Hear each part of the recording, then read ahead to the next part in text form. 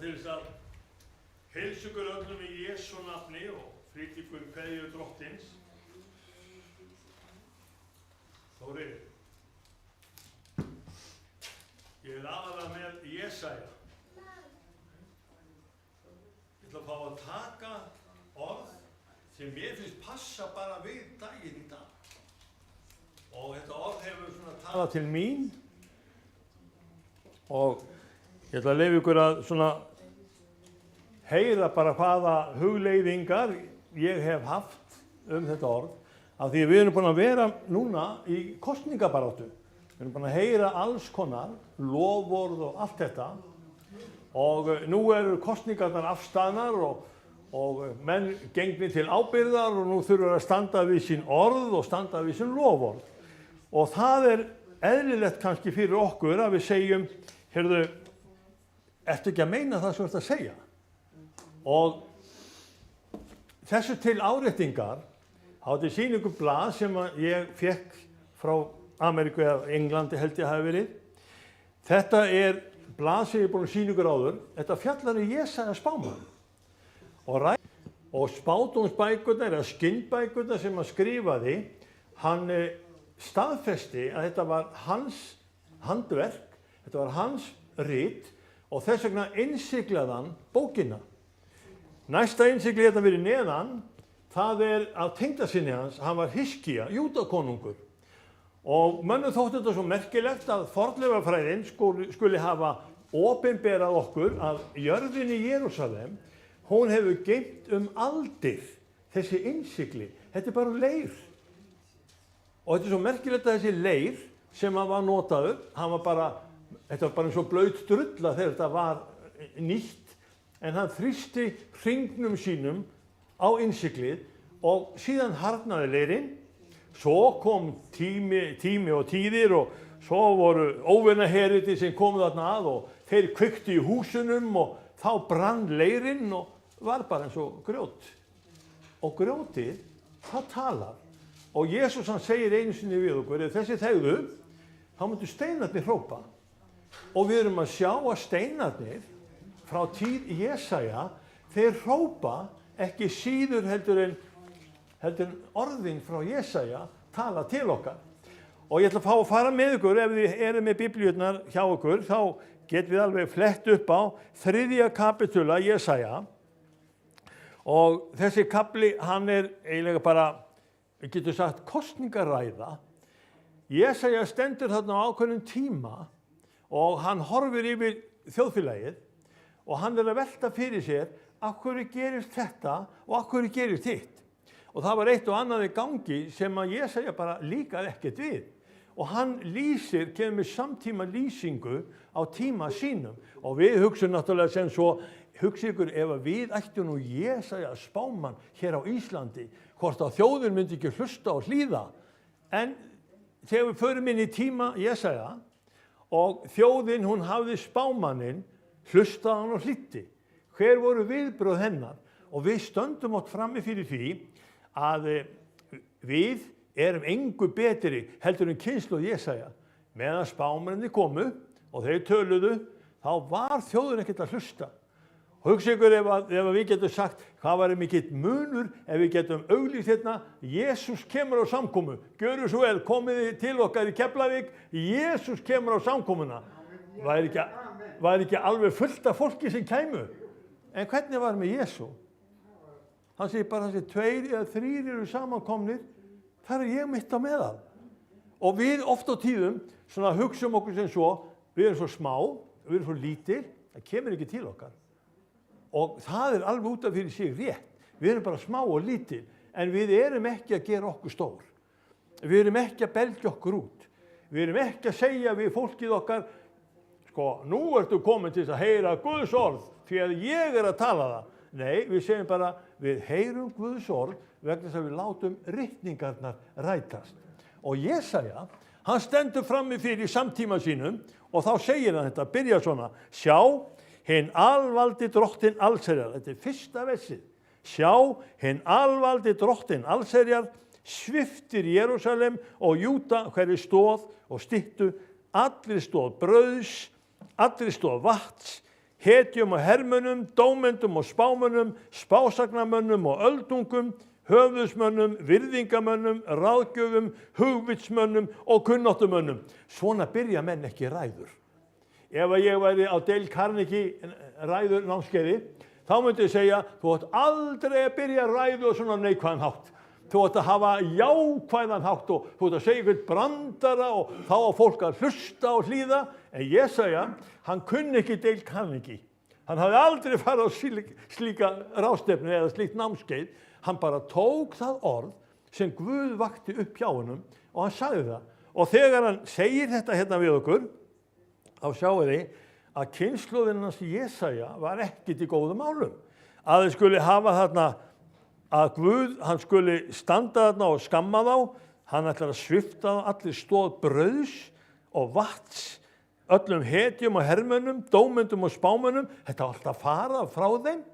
Og gyðingarnir hafa eflaust hugsað sig svo, ég nenni ekki að hlusta á svona neikvæða ræðu og ætluðu sér að fara aðra leið heldur það sem Jesaja var að tala um. En Jesaja gefur þeim ástæðu og hann segir við þá, ég vil fá þeim ungmenni fyrir höfðingja, smásveinar skulu drottna yfir þeim, á meðal fólksins skal maður mann að manni þrengja, ungmenni mun hrokast upp í móti öldungum og skrílmennir upp í móti tignamönnum. Þannig að það ekki endilega gott samfélag sem Jesaja var í. Þegar einhver þrífur í bróður sín í húsi föður síns og segir, þú átt yfirhöfn, ver þú stjórnandi vor og þetta fallandi ríki skal vera undir þinni hendi. Þá mun hann á þeim degi hefja brjóst sína og segja, ég vil ekki verða sáralæknir og í húsi mínu hvorki til brauð né klæði, gjöri mig ekki að þjóðstjóra. Jerúsalem að hruni komin og Júda að falla af því að tunga þeirra og athæfi var gegn drottni til þess að storka dýrðar augum hans. Ég ætla aðeins að gera hlé hérna á lestinum og benda ykkur á hvað þetta athyglisvert, hvernig samtalið hjá Jesaja samtíman. Og ég get sagt, Jesaja var einn af þeim mönnum sem sá þjóðarmeinið. Hann sá hvað var að.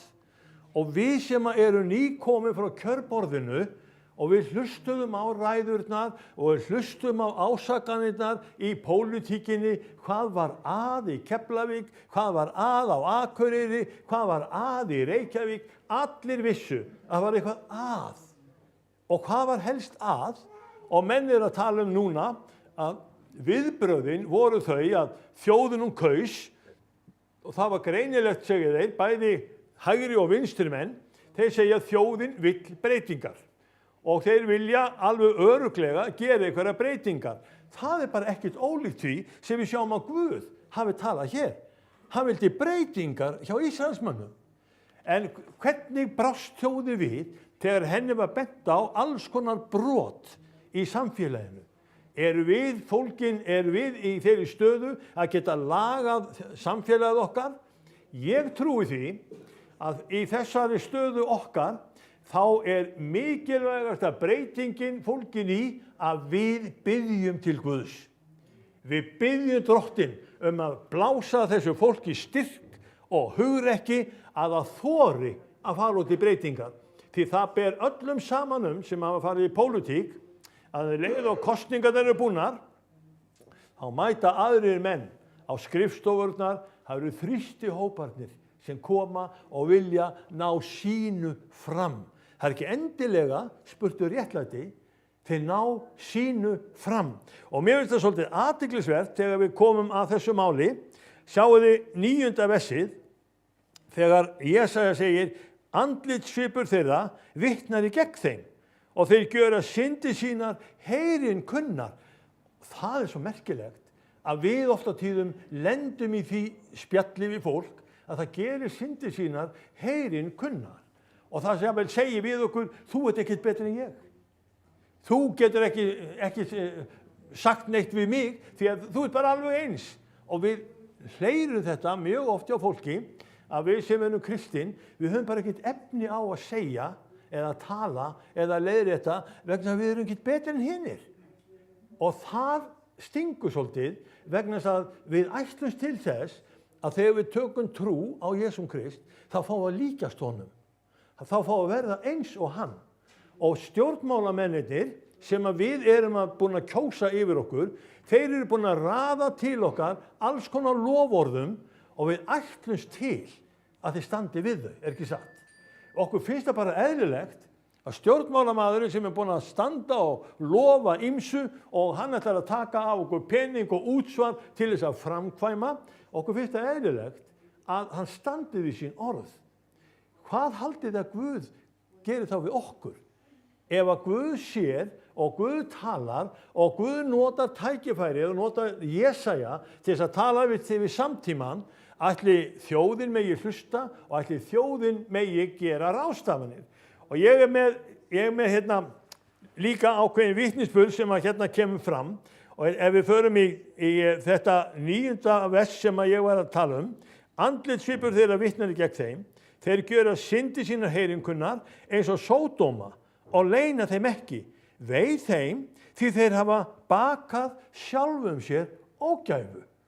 Og svo erum við að heyra, jafnvel í samtíma okkar, að þá eru menn bara í sömu sporum. Nú er það orðið þannig að við erum bara að sjá að það er ákveðin sódómuandi sem hefur komið yfir landið okkar vegna þess að þeir ætla sér að fá bara mannréttindi. Þetta er ekki lengur kallað synd, þetta er bara kallað mannréttindi. Og ég sá í Morgunblaðinu, ég aðeins prentaði það út, það kom bara frétt þetta núna daginn, ég held að veri fyrradag, þá voru að segja frá því að kjörstjórn, hún hafi bara leyft það að regnbogafánanum sé bara flaggað og þetta sé bara eðlilegt tákn mannréttindi. En þegar við förum að heyra hvað er verið að segja við okkur, þá er að tala einn flokkur sagði, við viljum fá þetta í burtu, við viljum ekki hafa þetta í stofnunum og skólum og svona. Og þá bara allt í einu kemur svar frá öðrum flokkum, þennan flokk þessu flokki störfum við ekki með. Við ætlum sko ekki að starfa með miðflokknum vegna þess að hann vil fá þessa fána í burtu. Og þá er spurningin, erum við frammi fyrir þjóð sem er komin í þetta sama vers, að eins og Sódóma leyna þeim ekki, vei þeim því þeir hafa bakað sjálfum sér ógæfu. Getur það verið að landið okkar þurfi þess vegna á fyrirbænum okkar að halda vegna þess að þeir ætla ekki að taka mark og stjórnmálin á Íslandi í dag, þau eru farin að lita svolítið sterklega af þessum litum. Þú þarft að verða, þú þarft að samþykja og það er verið hiklaust að koma með þetta inn í skólana til okkar, börnin okkar, þau fara í skóla, að skóla skylda og börnin okkar mæta kennurum og það er sagt að kennararnir, þeir þurfa að vera með hálsfesti eða lyklakippu með regnbogafánanum. Þetta er til þess að styðja samkynhneigðu börnin. Þeir þurfa að vera með svona fána í stofunni, þeir þurfa að vera með þetta í gangi og það er verið að styðja allt saman sem heitir að þú ert ekki lengur karlmaður, þú getur verið kona. Það er ekki lengur bara 2 kyn, þau geta verið 72. Og það er verið að rugla nemendurnar okkar, börnin okkar og ef að þú hruflar við þessu, þá ertu allt í einu útskúfaður. Er þetta það sem að þjóðin þarf á að halda? Hvað segir Guð þetta? Jesús sagði bara hiklaust við lærisveina sína og farisjana og saddúkæana, hafið þeir ekki lesið að Guð gjörði þau karl og konu? Þá er það bara búið. Og getur það verið að við stöndum frammi fyrir því að Jesaja, hann sá að í samtíma hans, þá voru menn að umbreyta og umhverfa sannleikanum í einhverja heimsmynd sem ekki stóðst. Og Jesaja heldur áfram, og við skulum fara aðeins út úr þessu og fylgjum svolítið Jesaja eftir. Ég ætla að fara með ykkur í 12. versið, í þessu sama kafla. Harðstjóri þjóða minnar er drengur og konur drottna yfir henni. Þjóð mín, leiðtogar þínir, leiða þig afleiðis og villa fyrir þér. Og veistu það, ég stoppaði við þetta með allar þessar konur og við erum að sjá að harðstjóri okkar á Íslandi, þetta er meira og minna stjórnmál leitt á konum. Af hverju sá Jesaja þetta sem hættulega fyrirbóða? Af hverju eru við á Íslandi í mjög svipuðum kringumstæðum? Getur það verið að við þurfum bara að segja við bræðurna, bræður, við höfum annar hlutverk að gegna heldur en að sitja og lúffa. Við höfum öðru hlutverk að gegna heldur en að láta bara konurnar þetta og sjá þetta. Við þurfum að taka ábyrgð, axla ábyrgð á lífi okkar, heimili okkar og þjóðfélaginu. Og ég segi við okkur, ef við getum lært af Jesaja og við getum tekið þetta orð, þá getum við séð að Jesaja spámaður, hann var einn af þeim mönnum sem eins og Guð sýndi hvað var í gangi. Og þegar við flöttum aðeins þessum köflum, komið með mér í 7. kapitúla Jesaja, þá stendur Jesaja frammi fyrir því að hann kallað til spámanns. Og það svolítið athyglisvert að bæði 3. kafli, 4. kaflinn og 5. kaflinn hjá Jesaja, þetta svona eins og ein heild það hvað Guð að vitja og kalla og sýna Jesaja. Og hvernig stendur á því að Jesaja, hann svo allt í einu komið fram fyrir Guði almáttugum í 7. kapitúlanum og það segir í 4. versinu: við raust þeirra kölluðu, skulfu undirstöðu þröskuldana og húsið var fullt af reyk. Þá sagði ég: vei mér, það út mig, því að ég maður sem hefur óhreina varir, bý meðal fólks sem hefur óhreina varir, því að augu mín hafa séð konunginn, drottinn allsherjar. Einn serafanna flaug þá til mín. Hann hélt á glóandi koli sem hafði verið tekið af altarinu með töng og hann snart munn minn með kolinu og sagði: sjá, þetta hefur snortið varið þínar, misgjörð þín burttekin, friðþægti fyrir synd þína. Og þá heyrði ég röst drottins. Hann sagði: hvern skal ég senda? Hver vill vera erindreki vor? Og Jesaja, hann stendur allt innum frammi fyrir kallinu: hvern skal ég senda? Hver vill vera erindreki vor? Og þá segir hann bara: hér ég, send þú mig. Og þá segir Guð við hann: far og seg þessu fólki, hlýði grandgæfilega til þér skuluð þó ekkert skilja, horfið á vandlega, þér skuluð þó einskis vísir verða. Allt í einu, þegar Jesaja búinn að lýsa fyrir okkur í 3 köflum ástandinu í samfélagi gyðinga og hann sá hvaða brotalamir voru í samfélaginu, þá kemur allt í einu kalli til hans. Jesaja: hvern skal ég senda? Hver vill vera erindreki vor? Og ég segi þetta við ykkur unga fólk sem eru hér. Ég segi þetta við áheyrendurna. Ef þið sjáið mein í samfélaginu, þá Jesús að sýna ykkur hvaða afstöðu þið að taka. Og getur það verið að þið standi frammi fyrir nákvæmlega sömu sporum og Jesaja: hvern skal ég senda? Hver vill vera erindreki vor? Hver vill tala máli drottins? Hver vill vera þeim megin sem að vera Guðs megin? Og þegar þú stendur frammi fyrir því að þú segir: hér ég drottinn, sendu mig. Hvert var Jesaja sendur? Hann var sendur í konungshöllina.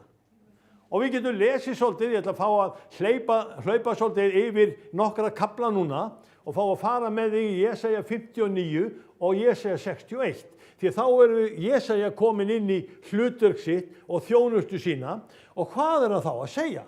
Hvað segir hann komið inn í Jesaja 59? Og Jesaja var ekkert endilega að semja við þjóð sína. Hann var mjög ákveðinn boðberi og boðberinn sem sagði við Guð: hér ég, sendu mig. Hann segir í 59. kapitúla, þessi stórkostlegu vers: sjá, hönd drottins eigi svo stutt að hann getur ekki hjálpað. Þetta 1. versið. Og þá vitið þið hvernig Guð Hann hinn almáttugi Guð. Hönd hans ekki svo stutt að hann getur ekki hjálpað. Og þetta hollt fyrir þig og mig að vita, ef við ætlum að ganga erinda drottins. Þá hönd Guðs með okkur í verki. Verið óhrætt. Þið mætið því sem þarf að mæta og hönd Guðs styrki armleggur hans, hann mun umbreyta. Hann mun gera orð ykkar máttug. Hann mun gera orð ykkar þannig að þeir sem þú ert sendu til, þeir munu heyra og þeir munu átta sig á hvað þeir eiga að gera. Það er nákvæmlega það sem að pólitíkusarnir þurfa á að halda í dag, hvort það er í Keflavík eða Reykjavík eða Akureyri, þeir þurfa að heyra orð Drottins. Þeir þurfa að vita hvað Guð er að segja. Þeir með ekki samþykja alla vitleysu, þeim er líka ætlað að vera þröskuldur, að vera dyr og segja nei, þetta kemur ekki hingað inn. Því að baráttan okkar, hún er ekki við menn á hold og blóði. Hún er við tignir og hún er við völd og hún er við heimsdrottna þessa myrkurs. Og þetta myrkur, það vil gjarnan ná tangarhaldi og ríkja yfir okkur öllum. Og við sem ætlum að vera söfnuðu Guðs, þorum við sjálf að vera þeir aðilar sem tala ákveðið og eru sammála því hvað Guð segir. Og sjáu hvað Jesaja segir, annað versið í Jesaja 59. Hönd Guðs er ekki svo stutt, hann get ekki hjálpað og eyru hans er ekki svo þykk að hann heyr ekki. Það eru misgjörðir yðar sem skilnað hafa gjört milli yðar og Guðs yðar, syndir yðar sem byrt hafa auglýtt hans fyrir yður svo hann heyri ekki. Og mér finnst þetta svo rosalega ögrandi orð. Getur það verið að kosningamálin sem voru helst notuð í Reykjavík tóku eftir hvað þetta var? Þeir segja, þetta var skipulagsmál, það er of mikið byggingar, það er of margir bílar sem kom í umferð, göturnar ekki gerða fyrir allan þennan hóp. Hvaða hópur er að koma til Reykjavíkur og setjast að sem að var ekki þar fyrir 10 árum? Hvað er að gera sem skipulagsmálum í Reykjavík? Við byrjum á því að stokka upp kerfið okkar fyrir einum 30 árum að búa til kvótakerfi. Og þegar kvótakerfið var sett upp, þá minnkaði útgerðin. Og þegar útgerðin minnkaði, þá minnkaði vinnan. Hvað gerði fólkið? Þegar kvótið var farin héðan á Keflavík, þegar kvótið var farin frá Vestfjörðum, þegar kvótin er tekin frá byggðunum á Norðurlandi og Austurlandi, hvert fer fólkið? Situr það bara heima og snýr puttunum? Nei, það selur eigur sínar og það flytur í bæinn. Það er ástæðan fyrir því að það er skipulagsleysi og skipulagsvandamál í Reykjavík. Af því menn tóku vinnuna frá fólkinu. Er möguleiki að predikarinn, boðberinn sem Drottinn er að vekja upp, hann fara að segja við stjórnmálamenn, lagiði kerfið. Leyfiði fólkinu stunda sína vinnu, leyfiði fólkinu vera heima. Ég las greinundaginn í morgunum, það var fólk sem flutti á Fáskrúðsfjörð fyrir 20 árum. Mjög gott að vera á Fáskrúðsfirði, sögðu þau. Notalegt, fólkið á Fáskrúðsfirði var gott og allir vinir. Svo allt í einu þá var þjónusta tekin í burtu. Það var ekki hægt að fara til læknis, hjúkrunarkonurnar þær fóru, það var ekki vinna fyrir þær og byggðin, hún hætti að geta veitt þjónustu.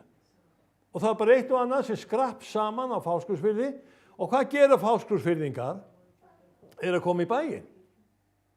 Þeir eru búin að vera með mjög vel rekið kaupfélag árum saman. Þeir áttu þarna Ljósafellið og það var alltaf talað um að Ljósafellið væri svo gott skip og gæfi svo mikið af sér. Hvað er það í dag? Á hverju skaffar ekki vinnuna? Á hverju er fólkið að fara? Og hvert er fólkið að fara? Það er að fara til Reykjavíkur og það er skipulagsleysi sem kemur þá upp í borginni. Og heyriði hvað stjórnarmenn ætla að gera og þetta er alveg stórmerkilegt að við skulum geta flett þessu upp og séð að það sem að vandamálið sem Jesaja var að tala um í sinni bók, það er samfélagsvandamál á Íslandi. Og þetta er ekki tilviljun að við skulum standa frammi fyrir þessu. Og sjáu hvað hann segir við okkur líka. 3. versið. Hendur yðar eru blóðir ataðar og fingur yðar misgjörðum. Varir yðar tala lygi og tunga yðar fer með ilsku. Og hvað mætir okkur með mannréttindin? Jú, ef að þú nefnir, ef þú talar gegn þessum fána, þá færðu ekki vinnu. Þá ertu bara hættulegur. Eru margir sem að tala við okkur um það að íslenska þjóðin henni er ekki að fjölga? Eru margir sem bendir ykkur á það að það eru færri börn sem fæðast á Íslandi heldur en alla venjulega? Af hverju er þetta leyft? Af hverju finnst maðurum allt í lagi að skaffa í þjóðfélagið okkar svona ámóta fjölda og eru jarðaðir? Það bara jafnmargir sem deyja og fæðingardeildin kemur með. Hvað var hina? Af hverju svona gríðarlega marga fóstureyðingar? Landið svona illa statt? Það virkilega þannig að við erum að segja við litlu börnin okkar, þið eru ekki velkomin? Ég á svo fínt heimili að ég vil ekki hafa svona óhreina krakka í kringum mig. Það þarf að snýta þeim og það þarf að skipta bleia á þeim og við sjáum þetta oft á þennan hátt. Að eiga börn eiga vandræði. En ég get sagt ykkur líka að eiga engi börn að eiga ennþá meiri vandræði. Því að þjóðin okkar, hún þarf á framtíð að halda. Og vitið, þetta Guðs tilskipun. Þetta Guðs skikkan. Hann sagði bæði við Adam, við Nóa, við Abraham og hann sagði við Ísraels menn, fjölgið ykkur, margfaldist þið.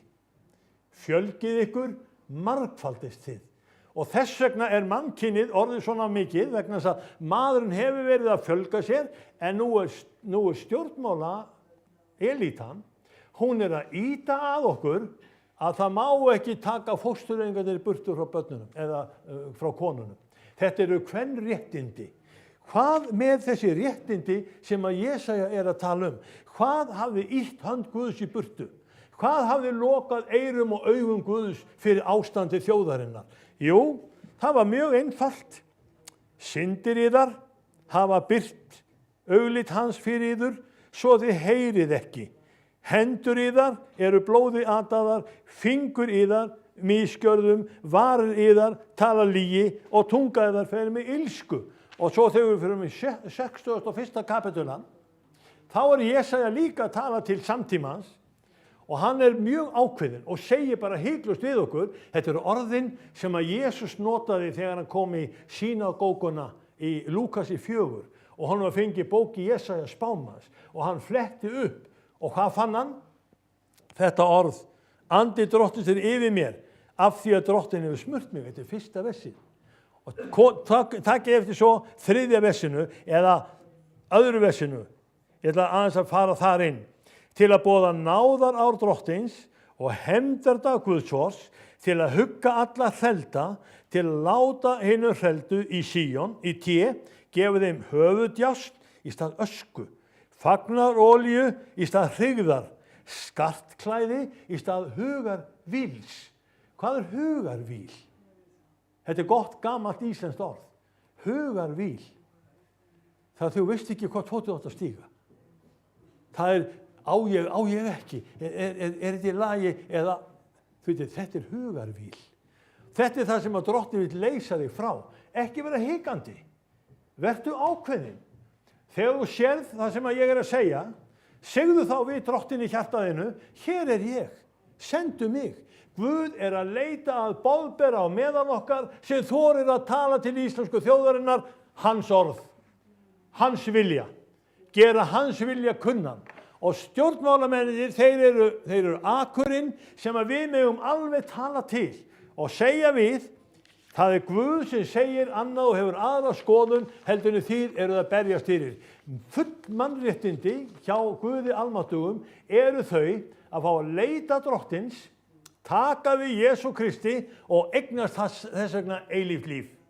Það skelfing þegar menn ætla að svipta börnum og unglingum eilífa lífinu.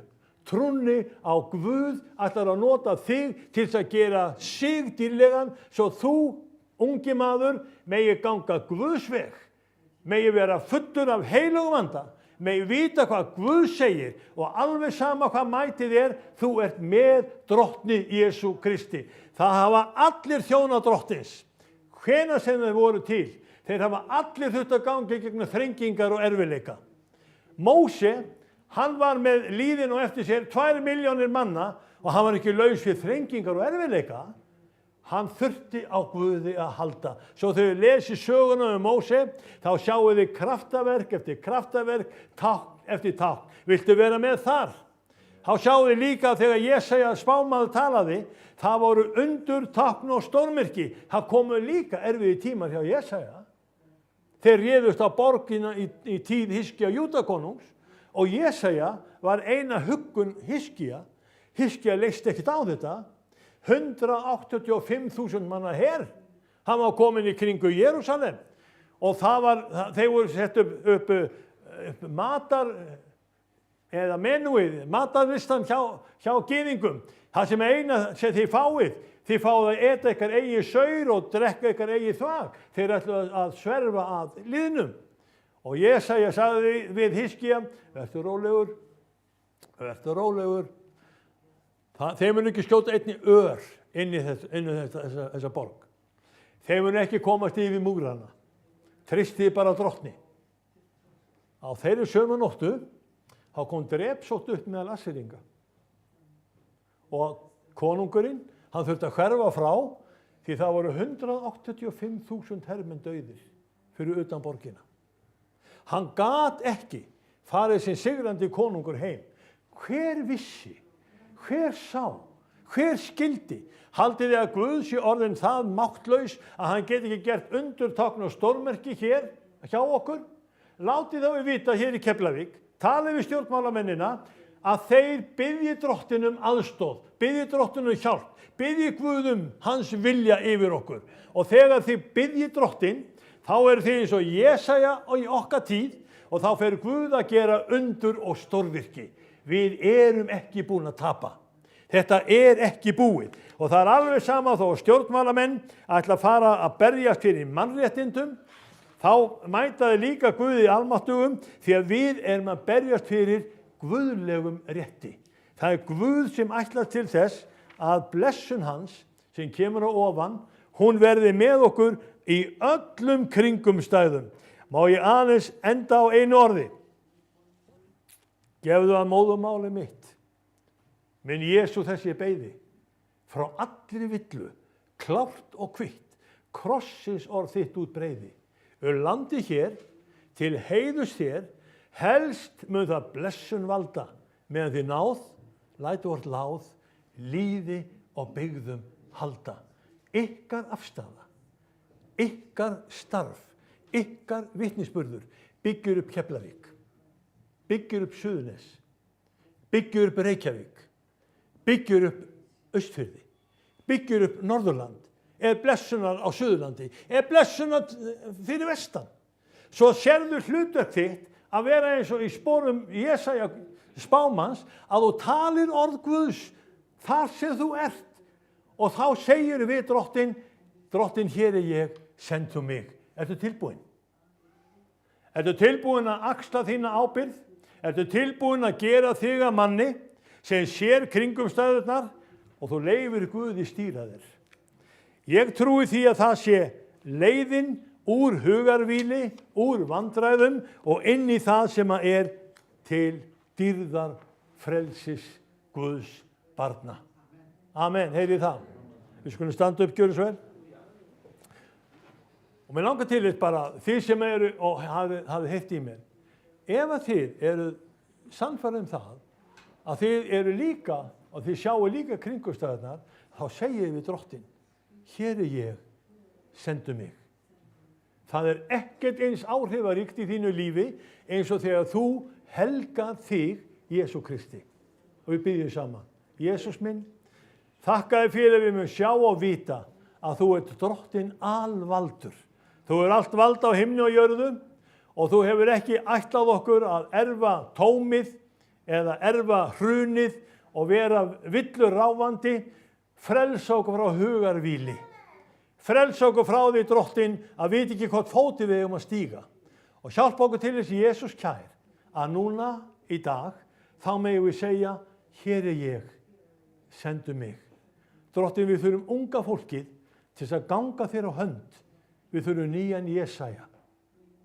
Drottin, hann getur verið hér inni og ég bið þess að þinn andi komi yfir að Jesaja og andi Jesaja, hann fái að komast að. Og þinn heilagi andi megi gera okkur af mönnum og konum sem hafa unun af því að gera vilja þinn. Heyri, amen. Amen. Amen. Ná drottins Jesú Krists, kærleiki Guðs og samfélag heilags anda verið með ykkur öllum í Jesú nafni. Amen. Erum við eitt sálm að lokum. Skapa í mig hreint hjarta og Guð. Þið standið á meðan, svo fáum okkur bara kaffi uppi og eftir og samfélag. En gleymi því ekki, við erum kölluð til þess að gera Guðs vilja. Við erum kölluð til þess að hafa heilagan anda yfir okkur. Við erum kölluð til að feta í fótspor í Jesaja. Skapa í mér hreint hjarta og Guð.